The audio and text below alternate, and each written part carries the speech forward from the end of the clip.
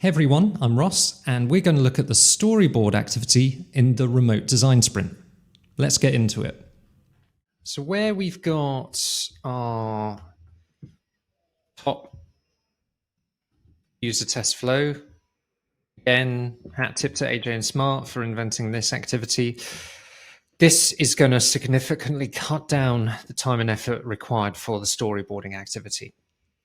So taking those top voted items and bring them down to the storyboard, we now have a much larger canvas to start filling in the details.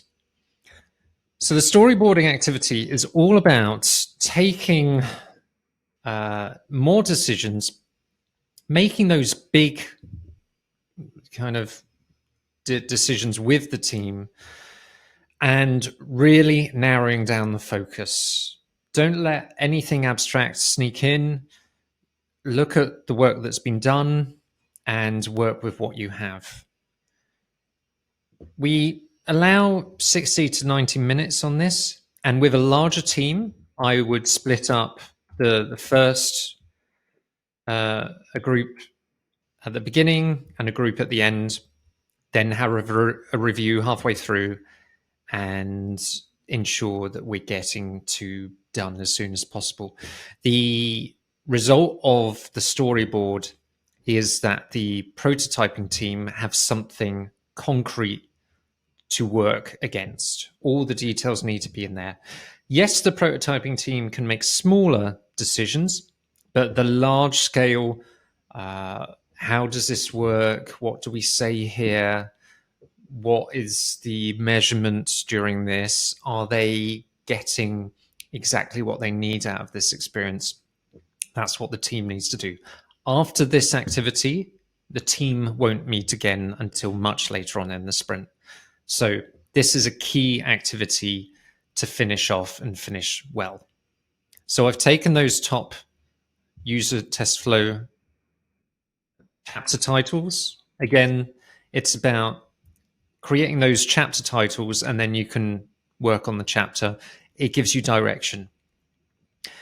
And with storyboarding, I like to try and use the mural tools straight in. It can be abstract to a point, but it needs to be decisive. So, for example, the showing the download app from the App Store, you could take a screenshot of the App Store and put it in. I may just do that now, actually.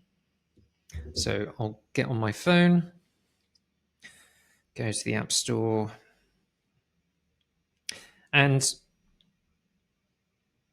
what's really good is that you don't need to spend time kind of designing what the App Store looks like. You can really just get in and make those key decisions that you need to. So I'm going to get a screenshot of that.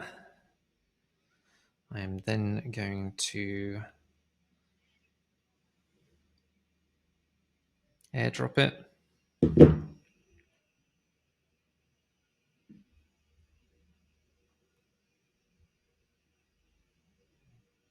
There we go.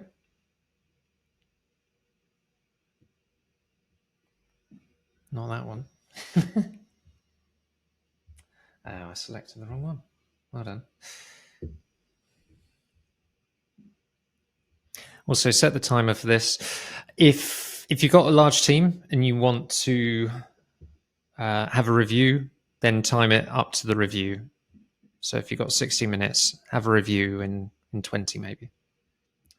Let's open this. And let's export that out as a JPEG again. App Store.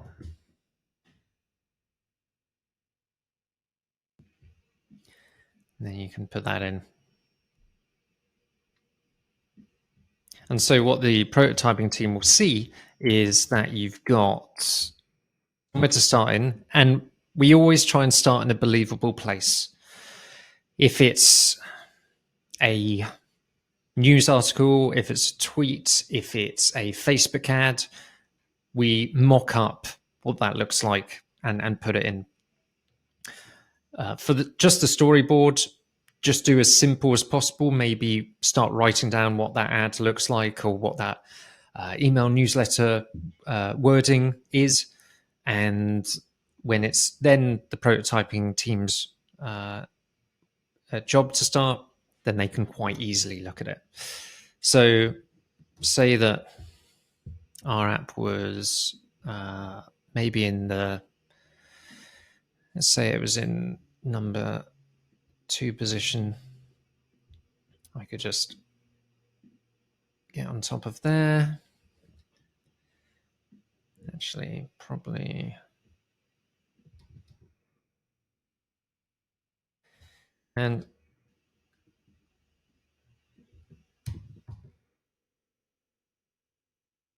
what you can do is for different people within the team, you can assign different roles. So I'm just going to plainly write so pop. And I'm going to put that on here. And then kind of not spend a lot of time. But maybe say that this is, whatever topic it is in there. So we've got a believable space to start from. There we go. And whatever that icon looks like, it can go there. Okay. Then I find it's useful to say what they're tapping on. So they're going to tap on get. I like to make this thick. I like to make it light blue. And then they can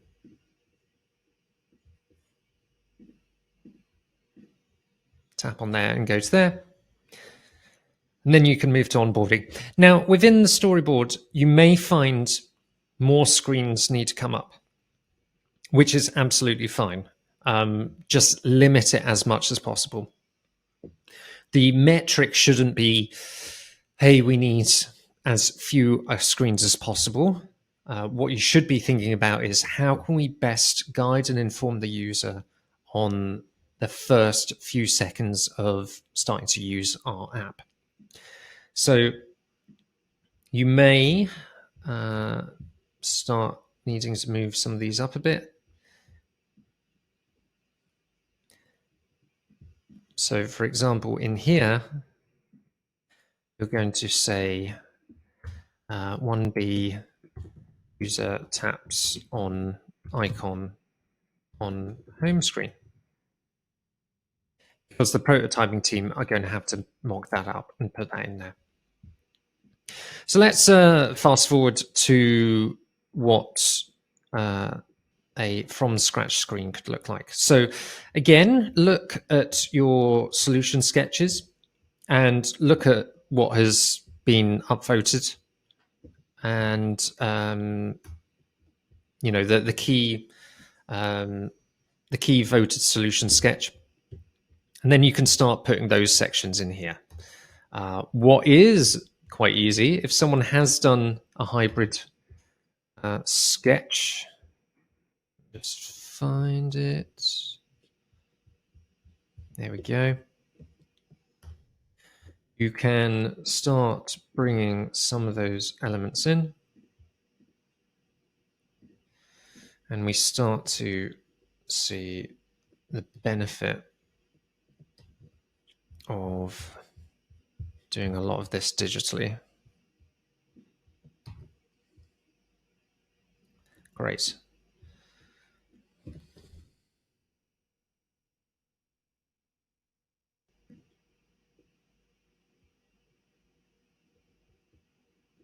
So that can go in there.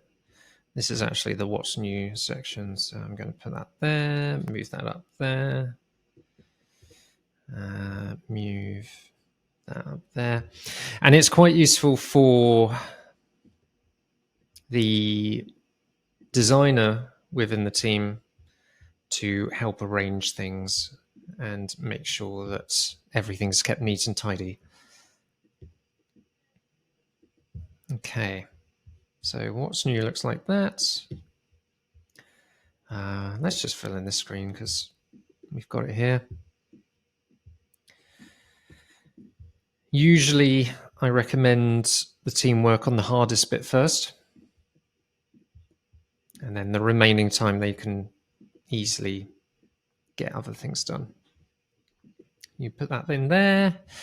Then I think we need a line at the bottom for the kind of menu bar.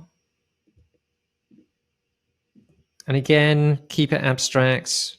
Don't worry about how high quality it looks like. It just needs to be clear and easy to use. That's part of the advantage of having a kind of representation like this. And we could actually add some product images. Of course, you never really know what comes up, but I'm going to go with this. And be intentional with what you're doing. If they are different images, then use different images. There's nothing worse than writing dummy image or different photo, or don't create an imagination gap with the rest of the team. Make it so that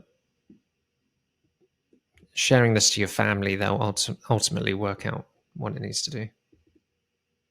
There you go.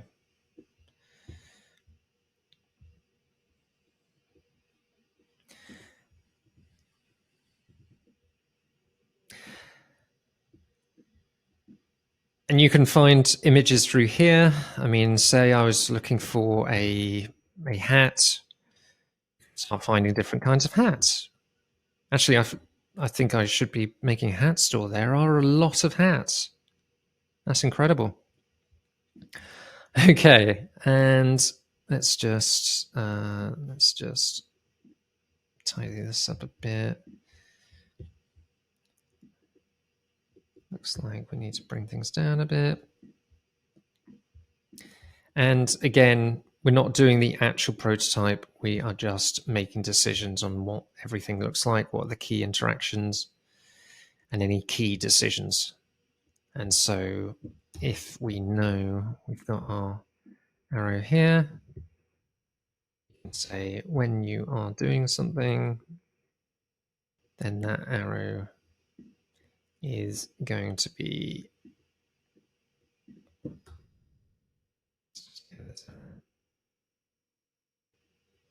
come on. There we go. So you can quite visually see that this user is going to tap on product one. Okay. So a few more minutes of those and you'll start having a more filled out storyboard that has made the decisions as a team, and you leave this activity with key decisions made, very clear approach going forward, everything that the prototype team needs to get started with creating a very high quality prototype. And as a team, you've done it together. So there are no surprises going forward. And that's what the storyboarding section looks like. If you like this video, give it a like and consider sharing it with someone who needs to see it.